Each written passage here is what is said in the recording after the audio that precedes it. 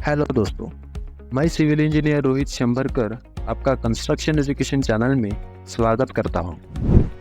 दोस्तों, जब हम इंजीनियरिंग के लिए अपनी फील्ड चूज़ कर रहे होते हैं तो हम कंफ्यूज होते हैं कि कौन से फील्ड हम चूज़ करें जिसमें हमें सबसे ज़्यादा अपॉर्चुनिटीज़ मिले। उस वक्त हमें सिर्फ सिविल इंजीनियरिंग ही एक फील्ड ऐसी दिखती है जिसमें ना सिर्फ हमें PSUs और प्राइवेट जॉब में काम करने का मौका मिलता है, बल्कि अगर हम चाहे तो खुद का बिजनेस भी शुरू कर सकते हैं, क्योंकि कंस्ट्रक्शन वर्क हम अपने आसपास हर जगह होते हुए देखते हैं और छोटे लेवल से लेकर बड़े लेवल तक होते हुए देख सकते हैं।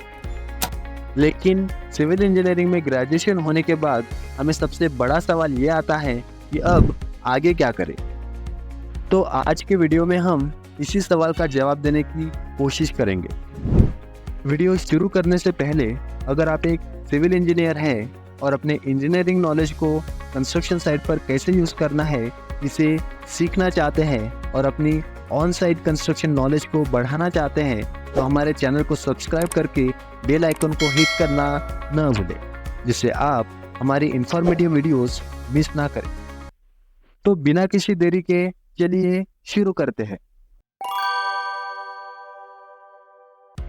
सिविल इंजीनियरिंग में ग्रेजुएशन होने के बाद का समय बहुत क्रूशियल होता है, क्योंकि इस समय हमें अपने करियर की शुरुआत करनी होती है। सिविल इंजीनियरिंग एक बहुत ही बड़ा फील्ड है और इसमें काफ़ी सारे करियर ऑप्शंस होते हैं। आज हम इनमें से कुछ सबसे पॉपुलर ऑप्शंस के बारे में बात करेंगे, जिसमें पहला है हायर स्टडीज़। अगर आपको पढ़ाई में और इंटरेस्ट है और आप अपनी नॉलेज को और एनहांस करना चाहते हैं, तो आपके लिए हायर स्टडीज़ एक अच्छा ऑप्शन हो सकता है। आप MTech इन सिविल इंजीनियरिंग करके अपनी स्पेशलाइजेशन में और गहरा जा सकते हैं और structural engineering, geotechnical engineering, environmental engineering या कंस्ट्रक्शन मैनेजमेंट जैसे फील्ड में मास्टर हो सकते हैं। इसके लिए आप इंडिया में IITs और NIT जैसे प्रेस्टिजियस इंस्टीट्यूट में एडमिशन ले सकते हैं, या फिर आप अब्रॉड जाने का भी प्लान कर सकते हैं। लेकिन इसके लिए आपको कुछ एग्ज़ाम्स क्वालिफाई करनी होती है, जैसे कि गेट। MTech करने के बाद आपको यूनिवर्सिटीज़ और रिसर्च इंस्टीट्यूट में रिसर्च और टीचिंग में काम मिल सकता है।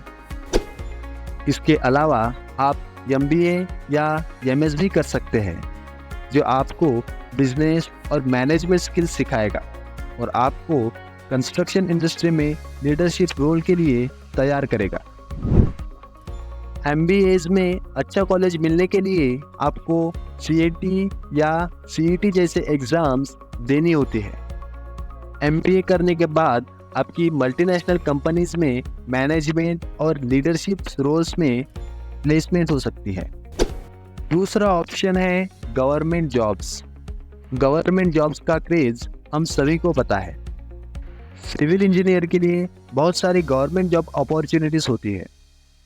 आप UPSC के इंजीनियरिंग सर्विसेज एग्जामिनेशंस या स्टेट पब्लिक सर्विसेज कमीशन के एग्ज़ाम्स दे सकते हैं, जैसे कि SSC JEE, RRB JEE, MPSC, UPSC etcetera. इसके अलावा आप PWD, CPWD, railways, irrigation department and other public sector undertakings में जॉब के लिए अप्लाई कर सकते हैं, जिनकी नोटिफिकेशन आपको उनकी ऑफिशियल वेबसाइट्स पर मिल जाएगी। यहाँ आपको जॉब सिक्योरिटी और अच्छा सैलरी पैकेज मिलता है। कई बार क्या होता है, हमें एग्ज़ाम्स तो देनी होती है, लेकिन हमें एग्ज़ाम्स के नोटिफिकेशन का पता नहीं चल पाता। इस वजह से हम एग्ज़ाम के लिए रजिस्ट्रेशन ही नहीं कर पाते। तो अगर आपको गवर्नमेंट एग्ज़ाम नोटिफिकेशन के बारे में टाइम टू टाइम अपडेट्स चाहिए, तो हमें कमेंट सेक्शन में ज़रूर बताना। और यार, वीडियो को लाइक और शेयर ज़रूर कर देना, जिससे दूसरे बच्चों को भी इस वीडियो से हेल्प मिल सके। अगर इस वीडियो पर मुझे 100+ लाइक्स मिल गए तो मैं आपके लिए सिविल इंजीनियरिंग के सभी तरह के AE और JEE के एग्ज़ाम्स की अपडेट्स शेयर करता रहूँगा, जिससे आपसे कोई भी एग्ज़ाम्स मिस नहीं होगी। नेक्स्ट ऑप्शन है प्राइवेट जॉब।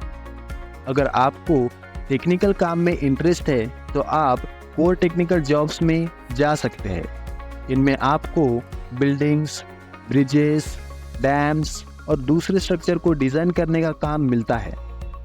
आप construction companies, consulting firms, real estate developers और इंफ्रास्ट्रक्चर कंपनीज में काम के लिए अप्लाई कर सकते हैं। इनमें आपके लिए site engineer, project manager, planning engineer और डिज़ाइन इंजीनियर जैसे रोल्स अवेलेबल होते हैं। कुछ टॉप कंपनीज है जहां आप अप्लाई कर सकते हैं, जैसे कि L&T, शाहपुरजी पल्लौजी, टाटा प्रोजेक्ट्स और Hindustan construction company. Next option है entrepreneurship.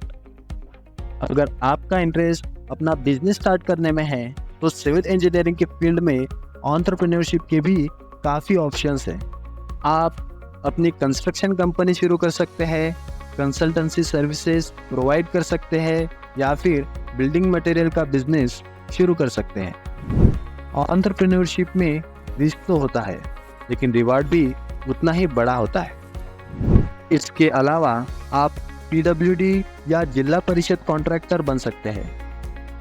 PWD contracts government projects को हैंडल करने का एक अच्छा ऑप्शन है और ZP कॉन्ट्रैक्टरशिप में रूरल डेवलपमेंट प्रोजेक्ट्स मिलते हैं। यह दोनों ही ऑप्शन आपको फाइनेंशियल स्टेबिलिटी और ग्रोथ के साथ सोसाइटी में एक इम्पैक्टफुल कंट्रीब्यूशन देने का मौका देते हैं। पांचवा ऑप्शन है certification and specialization. Industry relevant certifications और स्पेशलाइजेशन भी आपके करियर को बूस्ट कर सकता है। आप project management professionals, leadership in energy and environmental design और रेरा जैसे सर्टिफिकेशन कोर्सेज कर सकते हैं।